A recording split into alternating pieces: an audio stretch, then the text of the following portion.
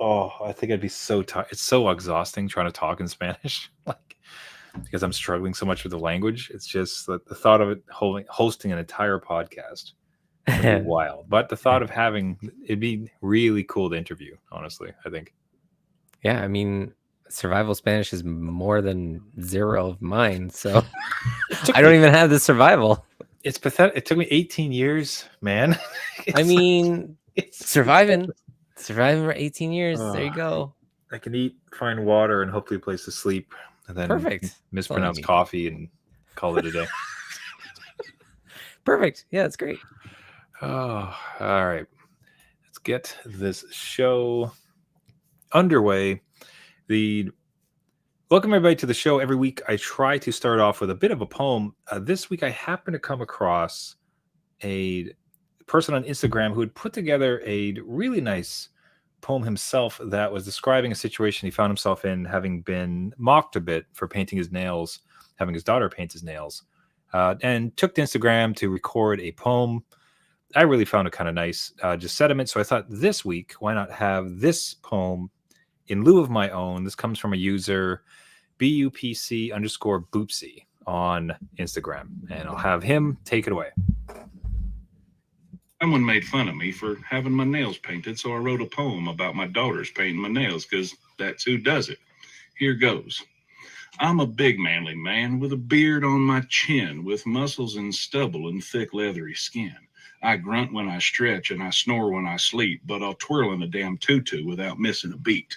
My daughter's my boss and I'll do what she pleases. She paints up my nails in soft pinks and it teases. She brushes my hair with a bright plastic comb, then says, "You're a princess. Now spin and prance home." We prance and we dance in a colorful parade. We belt out our ballads in sparkles and shades. We sing Let It Go till the neighbors just move. Then we jam Bluey with a dad bod groove. I'm a tank in a tiara, a linebacker in lace, with a crown on my head and a smile on my face. And when people stare like that ain't quite right, I just blow them a kiss and say, "Boy, you want to fight?" So I don't need your rules or your macho man moans. I'm a dad with a princess, and I have a heart made of stones. Not cold ones, my friend, but the strong, sparkly kind, the type forged in love with a tea party in mind. So chuckle and point and scoff if you must, but this glitter's my armor, and I wear it with trust. Because the toughest of men don't flex or get loud. They host princess parties and make daughters feel proud. So pass me the blush and the boa that shines. Let's dance like giraffes through the invisible pines. I'm the burliest gent in a pastel disguise, and I love every moment. Now where's the sparkle for my eyes? Perfect. Hey, well said, sir. Congratulations. From the dad of BUPC_Boopsy, and a wonderful way to kick off this episode of New Dad Gaming. The adult beverages are poured, the kids are asleep. Welcome to New Dad Gaming, a show about fatherhood, gaming, and new fathers figuring out their gaming lives. My name is Trevor, and I have a 10-year-old and a 7-year-old. And I'm Jeff. I have a almost 15-year-old and a 12-year-old. Oof, that felt so old when you said that. Oh my god! Say that. You're just like, oh, I wouldn't like to be you. I don't know. You sound old. Well, I'm getting it from some older dads. Where, hey, before we begin though, remember everybody, in this show we try to show just because you became a dad does not mean it's game over. Unless you have a 15-year-old. Unless you have a 15-year-old, then there's no continues. That's it. Yeah. But no, I've been hearing from some dads who now have older kids, and the one that I'd recently heard was a repeat of what my parents would say, where my mom did not sleep until we all came into the house. Oh, okay, yeah. So as much as we had like a 1 o'clock curfew, especially as like we kind of got older, even when college you're just staying back, like she could just not sleep until she heard like the car come in, the door close, and like, okay, they're home now. And I've heard that now from a few parents of like older kids who've kind of started to move out, is that even when they come back, they're like, oh, well, they moved out. You're not going to have as much thoughts of them. But instead, like when they are back, until they get in the house, right, bets are off. So when you say 15, it's just, I'm almost like sensitive to it, because it's like, oof, like these days are coming. Yeah, they are. Like, I mean, I don't even see my 15-year-old anymore. Just they're Oh, out wow. all the time with their friends, especially with Mm. summer. So, yeah, it's a lot. Just to like even bank on that, like that's where a cell phone is needed, so they can always check in Mhm. and like you always know where they are, and that's what that point is, right? Like, what are you doing? Are you okay? Are you in a ditch? Have That's you eaten in the last yeah. 2 days? That is the biggest part. I have never thought because my kids would eat the fridge when they were younger, right? Yeah. And now you have to remind them to eat because they're out doing stuff or whatever they're doing and they forget to eat. And when they do eat, they eat the fridge. But like, how do you not know? Like, why is the body not telling you to eat? Yeah, it's like, "Oh, I've had this terrible pain in my stomach." "Have you Yeah, eaten in the last 2 days?" yeah, "Oh, yeah. yeah." I got a headache. Oh, really? Like, "Have you had any water yeah, at like all?" anything? Oh, no, nothing. Okay, awesome. Oh, man. So, yeah, those days are coming. I'm really trying to find time to be with mine because that thought weighs upon me because it's like this is a great, like a perfect zone right now. Like with 7 and 10, but to be 8 and 10, Yeah, where they're old enough to be a little self-reliant and they're funny and interesting and they have their personalities are flourishing, but they're not yet realizing dad's not cool. So right, it's like so you got this like perfect little zone of temperature right now where it's just like, all right, we're still like good. This is still a lot of fun and great, and like, but you're not old enough to kind of like run away. So it's like right. this is prime time as far as Yeah, I'm eat concerned. that up. Eat that up, Trevor. It's coming. I mean, come on. Yeah, it'll come for Don't you be too. me. Don't be Jeff. It'll come for you too. Oh no! One thing we've been a bit remiss on in the summer, besides again, thanks everybody who wrote in, sent messages and everything. Everything's going great with the show and podcast. No dire reason to miss weeks except that No. it's just summer. Yeah. It was end of school. It's been chaos. So Jeff and I are trying to keep up. I think we'll be able to get a lot more regular as we get back to honestly school time in Yeah. September. So we'll do our best to Oh. get some episodes out. But everybody that wrote in and wrote some notes of encouragement, kindness, appreciate you. Hope all you dads are doing good out there as well. I think it's a sentiment to mimic there, Jeff. Yeah, it kind of keeps us grounded. You're like, oh yeah, yeah. It has been a couple weeks since we've got together. So yes, thank you for all the notes and emails and kindness. We are alive. We are functioning. It's like we blinked and the end of school, and we're now not middle of summer, but it feels that way. I don't know. Time has flown. So Yeah, what day is it anyways? I don't even. it's It could be September for all I know at this yeah, rate. no idea. Now, one thing we cherish every summer is an opportunity to kind of slip into summer dad mode, and Yes. that one of the ways that we enjoy is with a tasty beverage. So we always like to have the dad beers of summer, where we try to find like an interesting brew every week to showcase it. Now we do our best to try to have something that's a bit more available, but often we come across something that's a bit more local. We're going to just have to talk about it. Yeah. So, and I think we have a mix of both this week. So I think we'll have one that's widely available and not so much. So, Yeah. Good extremes there. Yeah. we go.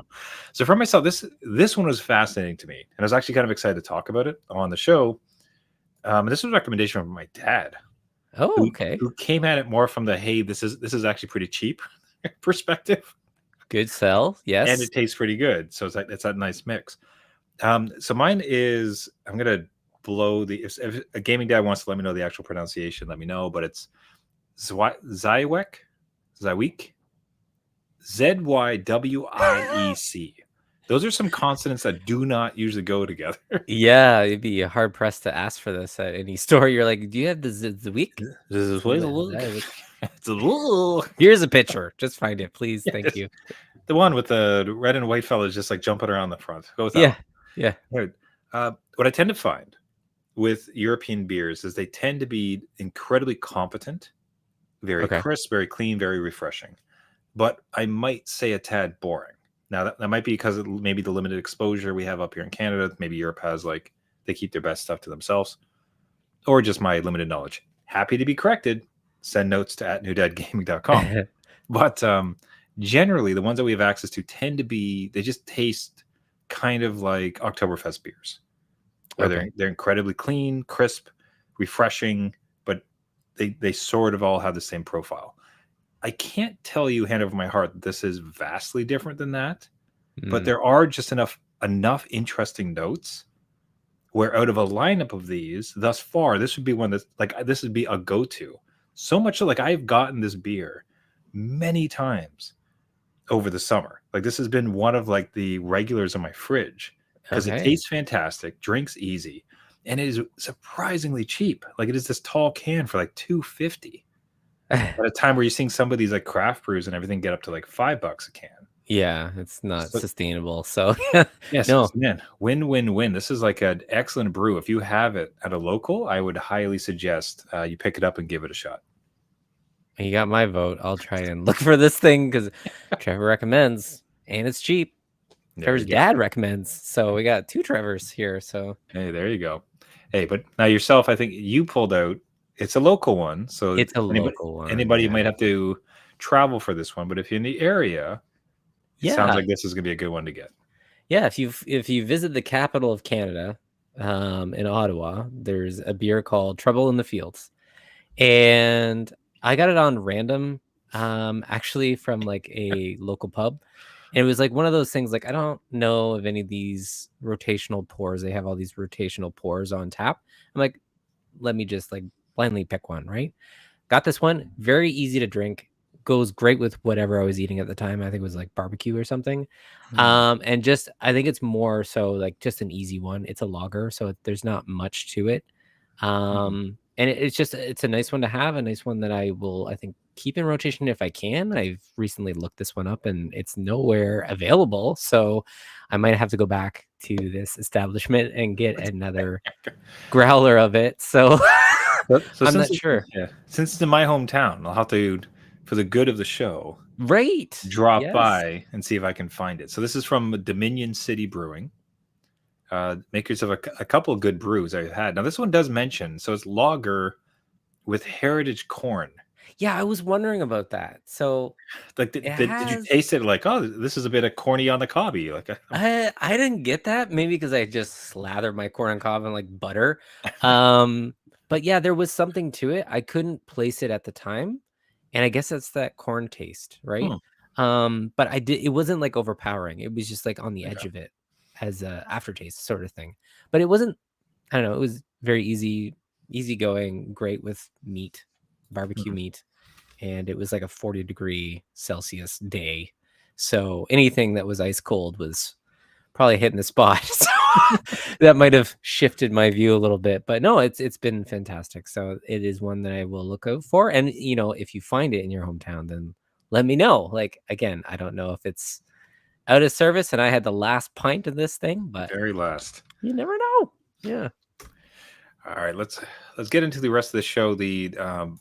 So what I wanted to discuss is very happily we have my wife's parents and sister in. So we're having a fantastic. So it's summer thus far of the in-laws. Right. If anybody who's watching the live stream or the video on YouTube will notice like I'm in a different setup here, like in a different corner of the house because I unceremoniously kicked out of my office, which became a bedroom for the purpose of the visit. Happily so. I'm very happy Right. to do so. Yes. But with that comes a new house dynamic around where can you play your games? Right. Because you want to make sure everybody's comfortable. Everyone's got their own kind of setups or screens or wherever else is going on. So you can't necessarily have the same setups that you did. Yeah. Right. And to be clear, that's more on me than it is on them in that like they are very accommodating, good guests. I mean, more just like I don't want to be in the living room blasting away at games and they're trying to have like a conversation or something. So makes sense. What has happened is like I've ultimately set up what I would call the dad gaming cubby upstairs in the bedroom. and there's two main ones. Like there's two because it's a little bit of game time before we go to bed, like just kind of tucked away where I'm not going to be in anybody's way for whatever else we're doing. It's a nice setup. Right. And the two games that have ultimately made the most rotation is NHL 2017. Of course. Yeah. And then some Nintendo stuff, which I'll talk about next. But with this, it's not how you would expect because what I'm doing is I'm using my Oculus Quest 3, which has a HDMI link. Yes. So, like, I encourage anybody who's thought of it or has a Quest 3 to look into this, to the HDMI link with a capture card, which you can get for like 10 to 15 bucks on Amazon. You can plug in any HDMI and then shove it into your headset. And then in front of you, just floating around in your room or like in a, complete like enclosed space, you can choose like the environment, because Yeah. Quest 3 has pass through, so you can see a real environment, screens on top of it. Or you can be on a spaceship, or you can be in a city, whatever. And then you can take this screen and you can make it as big as you want. So there I am, just like chilling on my bed at night with this like PS4 smashing into my headset, which is just like plastered on my face. And in there is all the glory of like, I don't know what, like 2017 EA hockey game, like at 100-foot screen.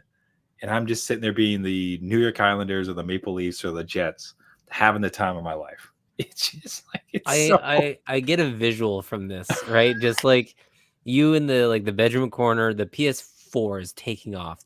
The fans on that thing. Jets are just like, please don't make the screen is so, sir, please, this screen is so big. And you're just like sitting crisscross applesauce on the floor with his headset on, just having the time of your life, big smile.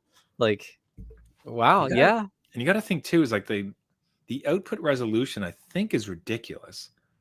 Because because I think it has to put it onto two eyes. Right. So it's not just it's not as if I just have a monitor plastered to my face. I have two monitors slammed onto my face that are like, have to kind of like interact with each other so that it makes one image that looks like it's floating in 3D space. Right. Yeah. But to its credit, it handles it with aplomb. Like it does great. There's no stutters. The refresh rate is like serviceable. It's great. Like it. So hey, PS4, great console. I mean, like we did have PSVR with it, so like it's capable. It's just I'm surprised it didn't lift off. Yeah, as an entire aside, look, it is no great series of insights to say that the NHL EA franchise is really kind of stuck in the mud as far as like they basically just do tiny little refreshes every time, and there's nothing particularly great. Like so it's not, wow, Trevor, what a great observation. Yeah. What I would instead say is I would like everybody to go, if you are a fan of NHL games, you either like to play them or maybe you've even recently played like a 2024, 2025. I would encourage you to go back to NHL 17. I think 18 is also seen as a really good one. The amount of energy they put into this game is silly. Like it's so cool. Like, because what they do is like they have they'll intermix all this real live footage to really make it feel like an actual broadcast. So the first thing they do is like they'll have the outdoor cam of the arena, so it's like the helicopter shot as if it's on TV, right? So it's just the actual video of the actual real life arena. And then depending on who you pick, they get these two broadcasters up. It's like, hi, I'm Tom Tuckerson and I'm Gerald Ford. These two, tell me what New York has to do this time. Well, Tom, what you're going to find is they give an interview about the team. And it's going to be static. And if you're playing, for over a year, it's like they've said the same four things. However, it's just like with the transitions, and even if you're watching on screen right now, like they have the NBC, I think that's NBC. Like the logo, or Peacock, whatever it is. And then like during the transition, it slams up towards the screen as if it's an actual broadcast. Look, I can't objectively tell you that makes the game better. What I can tell you is the amount of like effort, like they're really trying. Basically, is what it feels like. Is like they're really going for it. Yeah, and it's kind of refreshing in that way. Well, and it's kind of good to. Well, okay, so maybe that peaking then, like you're saying, the later NHLs don't put this in, right? They've just like, we'll make little things and just call it. And then people will buy it anyway. I've played 24. I've played well, not 25 because of the we're not playing any new games. Oh yeah, but 24 I had played. Yeah, and it's great. But compared to I had played like 23, and it's like this is just the same thing. Yeah. Now, like where they have put an energy in is like new game modes, and I think it's what makes them money, and that's why they're kind of leaning into that stuff. So there's something.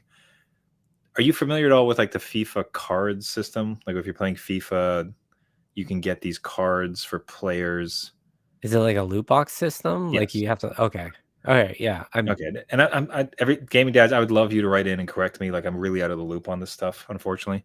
Anyways, like apparently, like with NHL, the best I've seen is they have the same type of thing. So they've introduced a few modes. One where it's like 1v1v1, like in this outdoor rink, just trying to get goals, and you can like dress your character whatever you want, and you actually take on other people. Another thing is like this whole card system where you're trying to build a team based on the cards. It's so that the energy that they put in have been to these live services Oh, okay. type of elements, as Yeah, yeah, yeah. opposed to the presentation and the flows and like the new Right. deeks or like those kind of like interesting things. And I don't fine. I mean, from a purist standpoint, it doesn't feel like the game in playing NHL 24, it feels honestly no better than NHL like 2017. Okay. Like, Wow. the gameplay feels completely on par, if not just more boring. Huh. But that's not where they put their energy. They put their energy into this monetization stuff, which is, look, they're a business. At the end of the day, it's sort of like, what am I supposed to say about that? It's sad, but it's like please lose money Yeah. so I could have slightly more fun occasionally playing your game. You know they're in the boardroom and like the guy like Jack has done like a PowerPoint of like, well, look at the data. Somebody is out here playing NHL 2017 and like sharing it is now hitting podcasts, it's going viral, whatever. And like, yeah, I know we have all these people playing 2025, but like, how about we go back to our roots and like put in the energy and see how that get out, Jack? No, this is not Just throw them out the This is- window. yeah, not the time for that. We need to put out another year with all these other loot box kind of style things. So I want to do this more Hut Pack, HUT. So like here it is. it's like Pokemon cards. It's just like It really is. So I'm trying to see, like, I'm hoping that like on stream here they'll show like I think you have to buy these packs or earn these packs. Yeah, then you open them and like you does get it give you the players. player? I think as best I understand it, and like, man, please, gaming dad, somebody write in and like correct what I'm saying. As best I understand it, it gives you the player that you can then put on your team that then you can play with. So now your team is better. So the more of these guys you have, the better your team is ultimately. Okay, what is this? Like what? How Hut? So it's called Hut, capital HUT, wild card mode. Welcome to the wild card mode. It adds an exciting twist to your ultimate team experience. Start by heading to the Hockey Ultimate Team main hub. So you have to like draft these. So you draft cards, you get cards, you can put together a team, and then I don't even know if you play or just like it's simulated. So all the players have like stats, like it's Pokemon. Like they basically turn NHL into Pokemon. Yeah, they're like, okay, here you go. Here's your fantasy hockey league. Yeah, I hate to knock it because I don't. Maybe people really like it and they find it fun. It does just smack of money. Like they just need money. They want profit from this, and yeah, I could see people not liking it, but I mean, when do we have a card system? Especially when the like later games are probably like online connected or something, and they have to, you know what I mean, like that kind of element to it. And they're like, well, you didn't buy your wild card pass, so taking your players away or something. Okay, so you can buy cards in FIFA, but you can buy traits that are on your card for FIFA. And again, I'm still not really sure if like, does that mean that then like you can have FIFA on your team and you can play them, or I just like it just for this particular generation, it just makes so much sense. Yeah, in the sense that there is a group of individuals who are going to card shops at like 5 a.m. because there's a new Pokemon drop. Right. And they want to get, the latest cards so they can complete their collection and sell it online type of thing. And to that group, to that audience, they've introduced all these like collectible cards, like these Pokemon style cards into the sports franchises. So you can like play, but you're also doing like this collection type thing. So it begins but on its surface, it would, to me, feel like it's inherently bad. Yeah. It's a weird bastardization and monetization of something, but at the same time, I worry that it's us, it's old men yelling at clouds. In that, like, what Back gaming in has my moved. day. Like, I'd be curious to know what your 15-year-old would say about us, like, putting down this card system inside of FIFA or NHL. Yeah, I would be interested too, because they tend to stick with like one game and get all the pieces for it. So if this was their game, Hmm. they would be fine with that because it's something to keep them busy with it. Yeah. Do you know what I mean? And I can relate it to the game they're playing now, which is like this hunting game, and they want Right. to like collect all the animals in it or whatever. And they're going about that, and there's tons of DLC for this thing, right? Mhm. But they like the elements of it. It's their game. They've spent with it like that is it. That's all they do, right? So if it is like your jam, you're gonna like it. But mass audience, I don't know. I wouldn't. I'm an Yeah. old guy. What do you It's fine. mean? Just like, it perhaps like adds to the longevity because you're just always playing towards something. Yeah, right. It's In always that a goal. I'm already playing this game all the time, but imagine now I get rewarded by playing more because I get these extra entries to get like the kind of cool cards that I want. Right. Yeah. Yeah, so Maybe. it's sort of upsetting in that there's so many of these trends that come in, and it's just like it feels nigh impossible unless it was our full-time job to stay on top of it. Yeah. To even because what I really worry about is that we're not doing it justice to describe it correctly, and instead we're kind of like, what's this about? Is this like a Nintendo? It's called PlayStation, Grandma. Come on.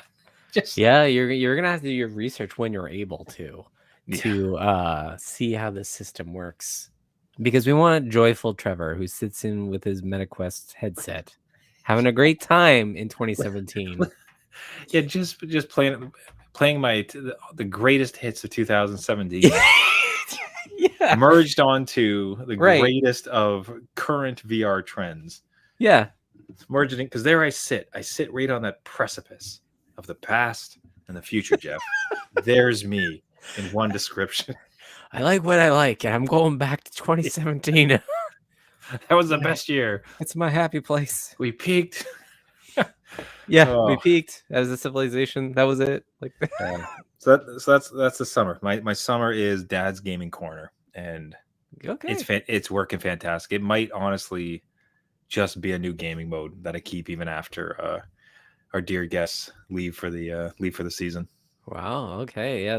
Well, I'm glad it worked out that you could find a way to still game, and we still have a show. We never did. We will have to see what we can do. We talked about doing a show entirely in VR. Yes, we did. Yes. 'Cause I think you still have your Quest, right? Yeah. Still have it. So We'll have to see. we'll have Stay to see how tuned, that works. everybody. Yeah. Stay tuned. Now, do you have informed, strong opinions of HUT or EA, of FIFA card system? Any of these new kind of card systems within the modern gaming? Do you have your own kind of game cubby? Are you using VR for any of the above? We'd love to hear from you at New Dad Gaming, newdadgaming.com.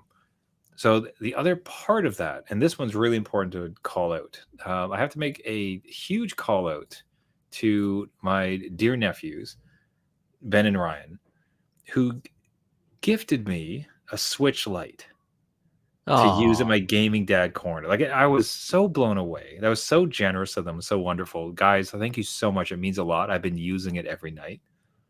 Because again, like the situation I faced was that I would like to. So here's what's happening. I knew that I was going to try to create like a gaming corner for myself. Yeah. That was just a little space outside of the rest of the family because of the guests we had. Yeah. And what started to cross my mind is like I have this fantastic Nintendo backlog that I would like to get through. Right. But the challenge is that the Switch is one of the main consoles that my youngest uses to access Fortnite, which is ginormous as far as a file download goes. So like anything I try to download onto that system just gets immediately downloaded, just immediately deleted.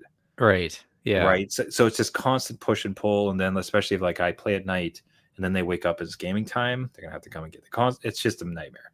Yeah, you don't want that. You don't want them trudging through your gaming corner. Right. Like so I had started to look around, curious if like, okay, like how much are Switch now that the Switch 2 is out, how much are Switch Lite's going for?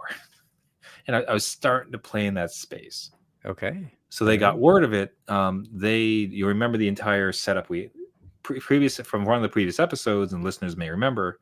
I was able to grab on behalf of my brother a Switch 2 reservation, Right. so that Yeah. I was able to order on Amazon, got shipped to their house, and say, "Hey, you guys take this. Like, this will be fantastic." So because they had the Switch 2, it's like, all right, well, I mean, we could charge you $80, but instead, like, we'll be generous, and they just gifted it to me. So shipped up, and here it is. Bam! I got the Switch 2, or sorry, the Switch Lite. So, man, Nice. guys, Ben and Ryan, thank you so much, guys. I was so generous. I've been playing it every night. It's meant so much to me. It's been great, but it's been amazing to play. So, firstly, have you touched a Switch Lite? Have you had any I experience with it? I have never touched a Switch Lite. I've seen them, but I've never like handled one. I suggested, like, it's a shame now because this is a weird time to get invested in this console. Is it? I mean, like it's like 9 years old at this point or something. So It's that, but just it's also like Nintendo's moving on. You know what I mean? yeah. It might be. I'll tell you what. Actually, I'll take that back. This might be the sweet spot before something becomes retro, but people Oh, trying to get rid of them, so you can probably pick them up cheap. I would okay. suggest you pick one, like, hold it, because it's so charming as a device. Like, it's very personal. Like, all the corners are like really soft. Like, it just fits really well in your hand. It is light by its name. Ooh, yes. Right. So the entire thing of it just feels incredibly personal. And I'm talking to someone who owns a Switch, like a normal one. And just by comparison, this thing feels so much more friendly. It might be the way I could even say it. Is it So smaller than? yeah. Okay, So, like the so th- screen is smaller? yeah. Like So the whole okay. thing is slightly smaller, definitely lighter. You don't have like the Joy Cons kind of coming off on and off, and just Right, yeah. everything else on it just feels a little bit rounded off, a little gentler, a little softer, and just like, man, it's so nice. Like, it's It's great. it's towards your form factor that you always appreciate. You're like, it's getting Like, there. Like, my little handhelds, just yeah, all you need is a flip up screen, and we'd be all set. It'd be perfect. right? Nintendo, come on. Yeah, Yeah, no, that's awesome, man. That you got like another one to complement your like little gaming corner. what can I say? So it is awesome. And the one that I've been playing, like, so the first thing I've been diving into is Zelda Link's Awakening, which I had before we did the Yes. the purchase one. Like, I had started this game, and this this is one reason I'd given up, is that because my kid got it as a birthday gift. I started it in earnest when he first got it, but then every time I wanted to play it, it was deleted. Or like, the Right. saves and everything were just off the system. I was just like, all Yeah. right, well, this is great. I'm not gonna do this. Yeah. So super excited to be in, and that's just been taking up a little bit of my time. And it feels like such a compact, reasonable game. If you would speak to, like, I remember, like, you've had, I think, even like fond memories from the original of like playing this game. The Game Boy version of it. I loved it. It's something that I completed multiple times. I did multiple playthroughs of it. The remaster version, I guess, that's on the Switch. Mhm. Completed that. I had a great time with it. I just love how they translated it into the 3D. But Mhm. yeah, very quaint, cozy game. So like Yeah. everything is like accessible. The map is not too huge. You can kind of tell where you're going. I think it gives you maps, or you earn the maps so you can like understand where you are in the world. Mhm. It's very like, again, just a cozy game. I want to say cozy. I think that's the best way to put it. Yeah, it's just this, the size of the map is refreshing. Like, it's so tight.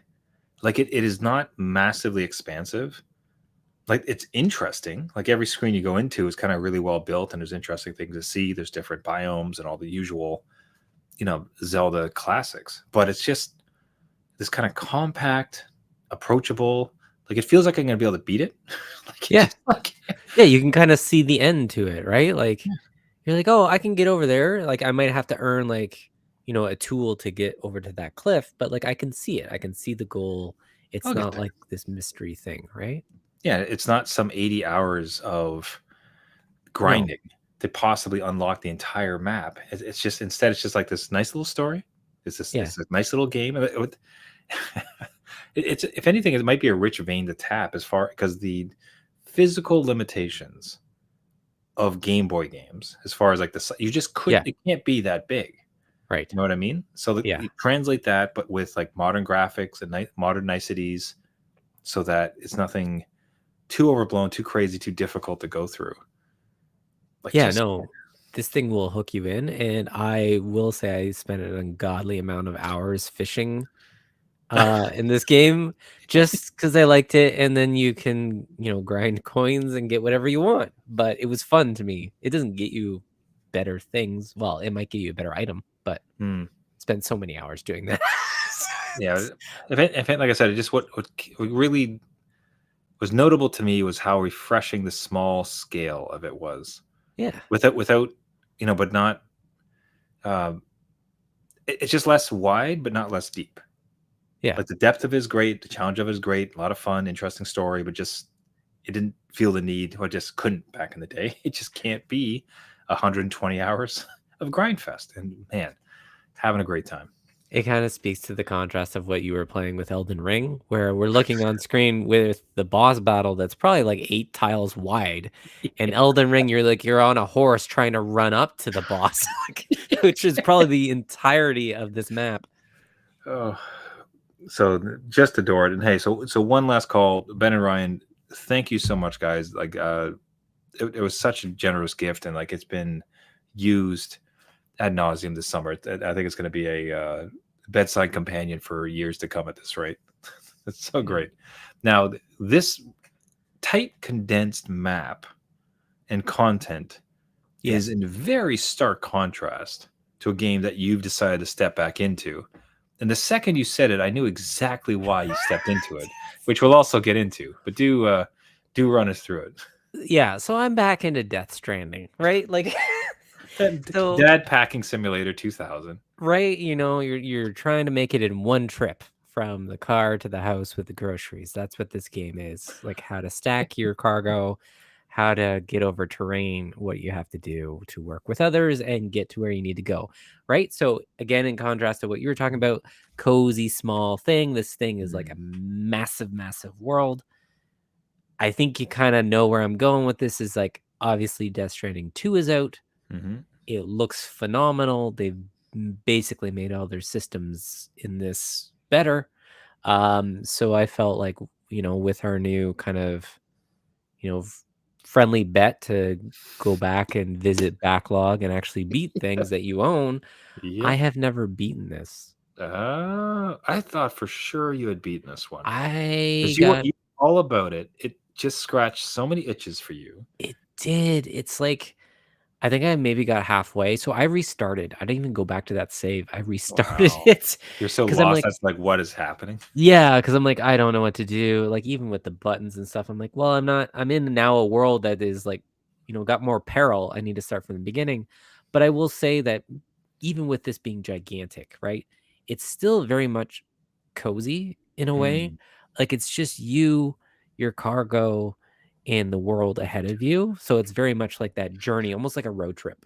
So I find those kind of almost Zelda cozy vibes in this, where like, yeah, there's enemies dotted about the land and whatever, but it's really just you out in nature, trying to, protect your cargo and like your journey and make the best of it, right? And just make these deliveries. There's usually no like time constraint. I say usually because some of them are timed because it's like, don't expose this to sun, and you're racing down a mountain trying to like not have it melt or something. But most of the time you're just out there you're just seeing the world. So I'm back there hopefully trying to beat it before my attention goes to something else. Right? Would you put that? So the second you said that, it's like, so what has happened is that Jeff has seen a bunch of the Death Stranding 2 clips and said, God damn, Stop. I hate that I can't buy this year. This sucks. Yes. It's like, fine, I'll just go back to this one. Yeah, I can get the same kind of vibes by something I already own that I didn't beat. And why would I jump into a sequel, like direct sequel, without knowing where this one kind of ends?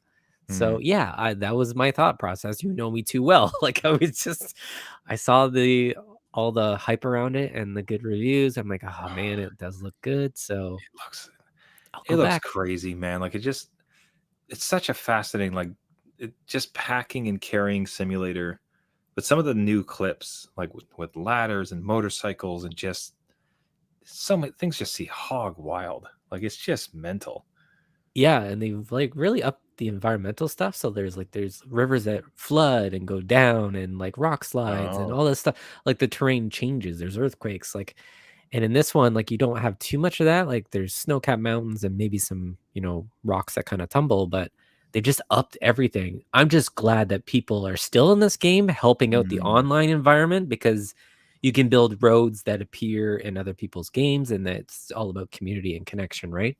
So people are still out here playing, helping me along, helping this old dad get back and wait, completing this sorry. backlog. I'm So not sure if you'd mentioned that or if I just like forgotten it. So you're saying that people who make online, like just in normal gameplay, things that other people do online will come and affect your just like offline play, or is it only like in certain online? it's Is there like an online mode, or you're saying like their online actions have offline consequences for when you're playing it? it's more like online mode, like Elden Ring. So you know how in Elden Ring you can Okay. put down a Yeah, sign or call in a player. This Mhm. one you can't call in a player, but putting down the signs, you absolutely can put down signs that warn you, like, oh, you need a ladder this way or go this way or whatever. Okay. But there's also structures that the community can build. So you can see someone start a road that will help your journey. It's much better to take a road through a mountain than climb it, Hmm. right? So you can donate materials to build that road, and then somebody else from another world may donate materials to that same world or that same Uh, road, and then you see it being built, and it affects oh, the gameplay, and then all the trails through the world mhm. eat away at the terrain, so you can see the trails that have been made from many people passing through. And it's kind of a neat way. That's crazy. Yeah, like it's really interesting. I think when it launched, people didn't really get it, and it takes a while to really figure it out. But if you're into, Mm. just having fun in that way and really not have much of a threat, besides your cargo melting in the sun, um, it's fun. It's like a great dad game, and pick up and play, not a problem, unless you're like me and put it down for a couple years and don't know where you are in the story. I wouldn't recommend that. But otherwise, yeah, it's a pretty chill game that I am preparing for the sequel. Whenever that happens, that I can, maybe that's what breaks me in this friendly bet. But Man, you're so close though. it's July. We're not close. You got half a year. You made it halfway. It's like you've done the half marathon, which is kind of impressive. Right. Yeah. That's been a while. I mean, summer's going quick, so we got Yeah. that going. It'll But yeah. it'll be fall before you know it, and as soon as it's fall, Right. it's basically Christmas. Basically, know might what as we well should- call it. God, we should, if we survive, Yeah. what we should do is we should purchase each other a Christmas gift of one game. Okay. Yeah. Just to like that'll be the big break, and then That's we'll have the like cap, a yeah. Christmas or post Christmas stream of like opening each other's. The problem Yeah. is if it sucks, it just like just for I have zero interest, for instance, like Stardew Valley. It's like respect. No, it'll never be wanna play it. NHL 2025, and they're you'll like- be like, "Why?" It's gonna have it on Game Pass, jerk.